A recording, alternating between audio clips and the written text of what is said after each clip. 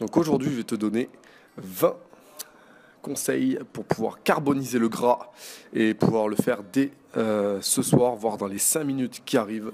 Dès aujourd'hui, dès maintenant, tu pourras carboniser et brûler toutes les graisses que tu veux, puisque nous, ce qui nous intéresse, c'est brûler les graisses, pas de perdre du poids pur en fait, puisque nous, ce qu'on veut, c'est augmenter le métabolisme, augmenter la masse musculaire, ou tout simplement mincir efficacement.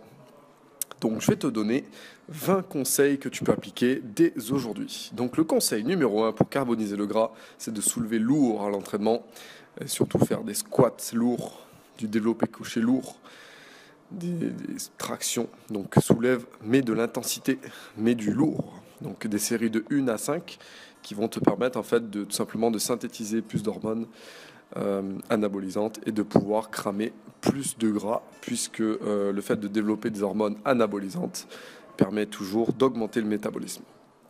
Le conseil numéro 2, quand tu cours, fais plutôt pareil de l'intensité, fais des sprints au lieu de faire toujours des footings. Pourquoi? Parce que j'en parle souvent en fait, on appelle ça l'afterburn effect. Donc quand tu mets de l'intensité, même en course à pied, tu sais que l'être humain il est fait pour courir. Donc on est fait morphologiquement pour courir longtemps, mais c'est en mettant de l'intensité que ton corps va brûler sur le long terme. Donc fais plutôt des sprints, fais de l'intermittent ou des intervalles training ou du fractionné en entraînement, style 15-15, 30-30. Fais des trails de côte aussi et mets de la vitesse. Fais pas des sprints pour te claquer, chauffe-toi bien évidemment avant de commencer tes séances. Conseil numéro 3, ne mange pas dans l'heure qui suit ton entraînement si tu veux brûler de la graisse. Parce que en fait, dans l'heure qui suit l'entraînement, les muscles ont puisé dans leur capital de carburant en glycogène. Et donc du coup, ils veulent refaire leur stock, si tu veux un petit peu. C'est comme un peu le réservoir d'une voiture. Mais les muscles, ils sont gourmands en sucre en fait. Donc dès que tu t'entraînes, par exemple si tu fais 1 heure d'entraînement, et que tu manges dans la demi-heure, voire l'heure qui suit, eh bien ça va, si tu veux, aller dans les muscles. Mais si tu manges un peu trop, eh bien ça va aller aussi dans les graisses. Donc il faut faire attention là-dessus, à ne pas manger dans l'heure qui suit après l'entraînement. Mange au moins 1 heure après. Conseil numéro 4, au lieu de mettre tes aliments dans une assiette, si tu as tendance à trop manger, prends des récipients plus petits, style bol, ou alors plus petite assiette. Donc ça, c'est une astuce très peu utilisée, mais qui est super utile. Et en plus, au lieu de mettre tes pâtes dans une assiette, tu mets tes pâtes ou du riz dans un bol. Et donc, du coup, tu manges en moindre quantité. Évidemment, il ne faut pas que ça soit un bol, genre une marmite, tu vois. Conseil numéro 5, mange des œufs avec les jaunes. Je vois encore trop de personnes, de magazines qui te disent de manger les œufs sans le jaune, alors que c'est faux. Le jaune d'œuf, c'est très bon pour la santé. Il y a des bons acides gras.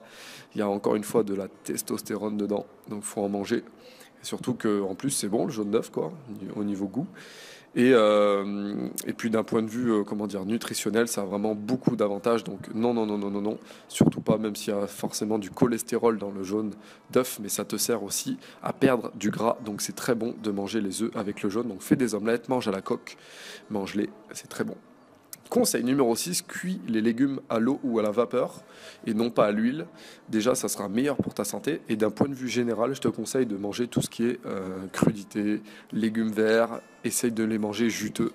Déjà, en mélangeant avec d'autres aliments, il y aura plus de goût, ça sera moins sec, ça sera meilleur. Au niveau du goût, tu peux rajouter de l'ail, des épices, très très bon.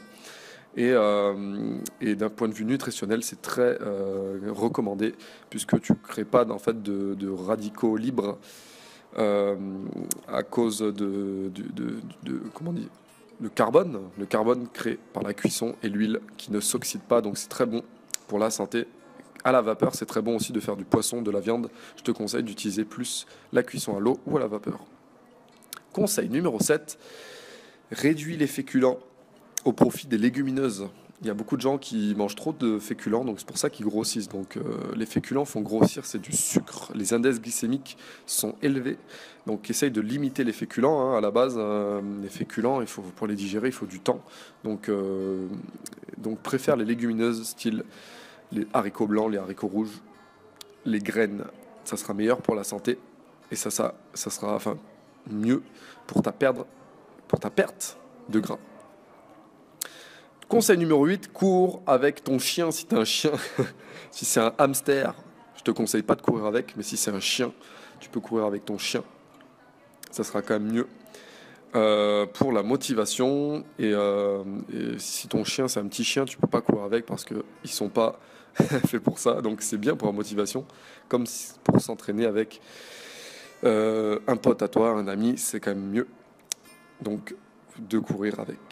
Donc conseil numéro 9, quand tu as des cochonneries à supprimer, et même les féculents, ne supprime pas tout d'un coup, vas-y progressivement. Parce que le corps, en fait, s'adapte progressivement, il ne s'adapte jamais d'un coup.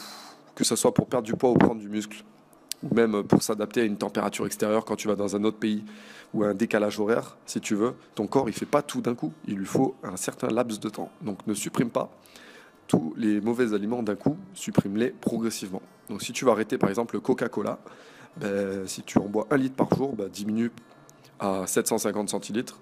75 centilitres, sinon ça fait beaucoup. Puis à 500, puis à 500 millilitres, puis à 250 millilitres, et puis à 0. Voilà, progressivement. Conseil numéro 10, utilise des exercices polyarticulaires dans tes entraînements, puisque ce sont les plus efficaces, que ce soit pour prendre du muscle ou perdre du ventre, ou perdre de la graisse. Parce que, tout simplement parce que ils te permettent d'utiliser beaucoup plus d'énergie, tu perds beaucoup plus de calories, tu utilises beaucoup plus de muscles, beaucoup plus d'articulations. Donc forcément, tu as un afterburn effect, donc une perte de poids, une perte de graisse sur le long terme qui est beaucoup plus efficace qu'avec des petits exercices. Mais ça, tu t'en doutes, évidemment. Conseil numéro 11, donc au lieu de prendre l'ascenseur, ça t'as déjà dû l'entendre, prends les escaliers.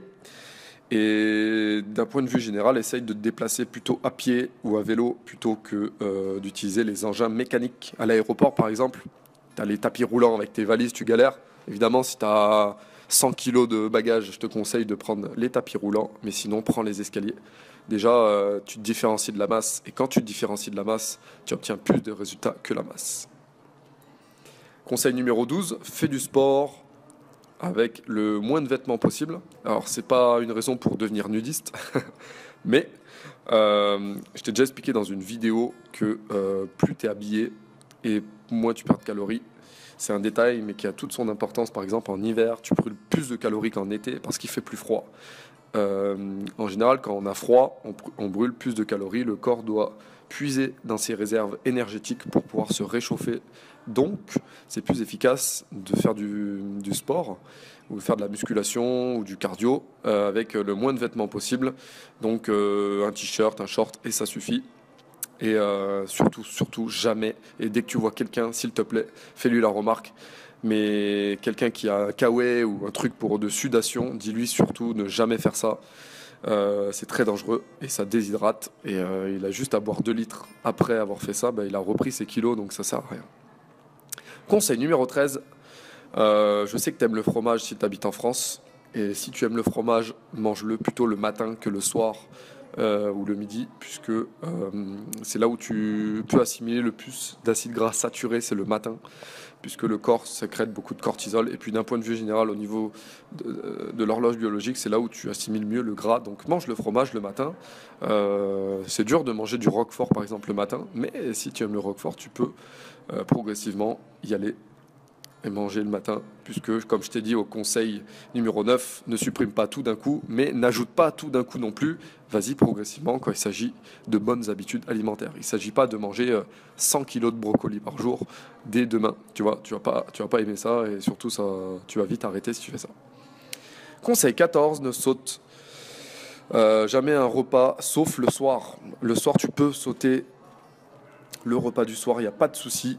Tout simplement parce que si tu as bien mangé la journée et par exemple tu t'es pas trop dépensé, style le week-end quand il pleut le dimanche et que ton seul déplacement ça a été du canapé jusqu'au salon, du canapé, enfin de la cuisine jusqu'au salon, bref, eh bien tu peux ne pas manger le soir, il n'y a pas de souci, le corps humain à la limite il s'en fiche un peu si c'est le repas du soir. Par contre, ne saute aucun autre repas. Mange plus léger le week-end si tu veux, mais ne saute pas de repas à part celui du soir. Conseil numéro 15, va au restaurant beaucoup moins que tu le fais déjà, puisqu'au restaurant, il y a des aliments mauvais, puisque en général, quand on va au restaurant, c'est pour se faire plaisir. Donc, va au restaurant 2 fois par mois, c'est déjà bien. Déjà, au niveau de ton budget en plus, ça fera du bien. Sauf si vraiment t'as pas le choix, si c'est des repas d'affaires, des choses comme ça, essaie de prendre au moins des plats équilibrés au restaurant et pas tout le temps steak frites, steak frites, steak frites ou des trucs genre bœuf avec un verre de vin, plus tu vois, ça va être contre-productif et néfaste pour tes graisses, pour ton gras qui va s'accumuler si tu fais ça souvent. Conseil numéro 16, je te le disais avec ton chien tout à l'heure, mais tu peux t'entraîner avec quelqu'un, c'est plus motivant. Il y a beaucoup de personnes qui ont besoin d'une motivation extérieure.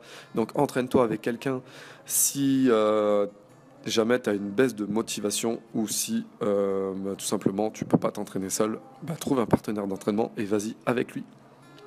Conseil numéro 17, d'un point de vue général, dors plus que tu ne le fais déjà. Au moins 7 à 8 heures par nuit, puisque ça va reconstruire tout simplement les tissus beaucoup plus rapidement et voilà, jouer sur ton taux d'hormones et réduire le niveau de stress qui est néfaste pour la prise, pour la perte de gras. Conseil numéro 18, donc c'est un rapport un petit peu avec le conseil d'avant. Relaxe-toi et fais du stretching, des étirements. J'en parle souvent des étirements. Et en fait, ça va diminuer ton taux de sécrétion de cortisol, qui est l'hormone catabolisante, c'est-à-dire que ça détruit de l'énergie, ça baisse ton métabolisme. Et donc, du coup, ça te fait perdre du muscle et ça te fait prendre de la graisse. Donc, toi, tu veux pas de la graisse, tu veux plus de muscle ou alors un maintien de niveau musculaire. Donc, relaxe-toi, ça fait du bien au moral, ça fait du bien pour les tensions, ça fait du bien au niveau des nerfs, au niveau du système nerveux, et ça fait du bien au niveau de ta perte de gras. Conseil numéro 19, mange plus lentement, parce que le fait de manger vite, tu remplis ton estomac beaucoup plus rapidement, et les capteurs en fait qu'il y a au niveau de l'estomac mettent plusieurs minutes à se rendre compte qu'il y a des aliments en fait dans l'estomac, et si tu manges trop vite, le truc, c'est que les capteurs vont pas fonctionner. L'estomac va se remplir beaucoup plus rapidement que il va pas s'en rendre compte si tu veux. Donc, tu vas manger plus qu'il n'en faut. Donc, pour avoir le sentiment de satiété, je crois, ouais, satiété, c'est comme ça qu'on dit. Eh bien, mange beaucoup plus lentement. Et d'un point de vue général, si tu cumules ça avec le fait de manger dans un bol plutôt qu'une assiette, ça va être mieux pour ta perte de graisse. Et conseil numéro 20. Tu peux ajouter de l'intensité à ta séance en réduisant les temps de repos. Il y a des séances type cross-training, crossfit, donc des circuits power, des circuits en musculation, des intermittents. Tu peux réduire le repos. Au lieu de prendre 1 minute 30, tu prends 1 minute. Au lieu de prendre 1 minute, tu prends 45 secondes. Et si tu fais ça sur quelques entraînements, tu vas voir, tu vas déjà en baver un peu plus dans l'entraînement. Tu auras une séance qui sera plus courte, plus intense, et tu vas brûler beaucoup plus de calories avec un afterburn effect, c'est-à-dire un brûlage. J'aime bien dire brûlage, ça n'existe pas comme mot, mais tu vas brûler plus de calories sur le long terme. Donc je te conseille de faire ça. Et vu que j'aime t'apporter le plus de valeur possible, évidemment, en bonus, le conseil numéro 21, motive-toi en permanence, tous les jours, 2 fois par jour, 3 fois par jour, 4 fois par jour. Comment on garde sa motivation? C'est en regardant par exemple des vidéos de personnes qui ont réussi, des gens qui t'inspirent, des gens à qui tu veux ressembler. C'est tout bête comme conseil, mais c'est le conseil limite le plus important des 21 que je viens de te donner. C'est-à-dire que si tu n'as pas de motivation, si tu n'as pas de désir, si tu n'as pas d'envie, eh bien tu ne vas pas faire les choses. Donc motive-toi en permanence, essaye d'avoir toujours ton objectif en tête et regarde des vidéos sur YouTube et lis des livres qui t'inspirent. Regarde des vidéos, des audios qui t'inspirent, comme KS Coaching par exemple. Je fais ma petite pub. Donc ce conseil-là est très important. Donc ne néglige jamais ta motivation. C'est ce qui te permet d'avancer dans la vie et en musculation. Donc voilà pour ces 21 conseils. Partage au monde entier, puisque le monde entier a besoin de ces 21 conseils, même les coachs sportifs comme moi, qui ont besoin toujours de rester motivés. Donc j'espère que tu as aimé cette vidéo. Donc si tu l'as aimé, encore une fois, partage-la à toute la communauté qui s'intéresse à la perte de poids et à la perte de graisse surtout, puisque nous, ce qu'on veut, c'est perdre de la graisse. Abonne-toi à ma chaîne YouTube, c'est gratuit. Télécharge mon e-book Apprendre la musculation, c'est gratuit aussi. Tu as les liens en bas de cette vidéo. Et puis moi, je te retrouve dans une autre vidéo cette semaine. À bientôt. Ciao, ciao.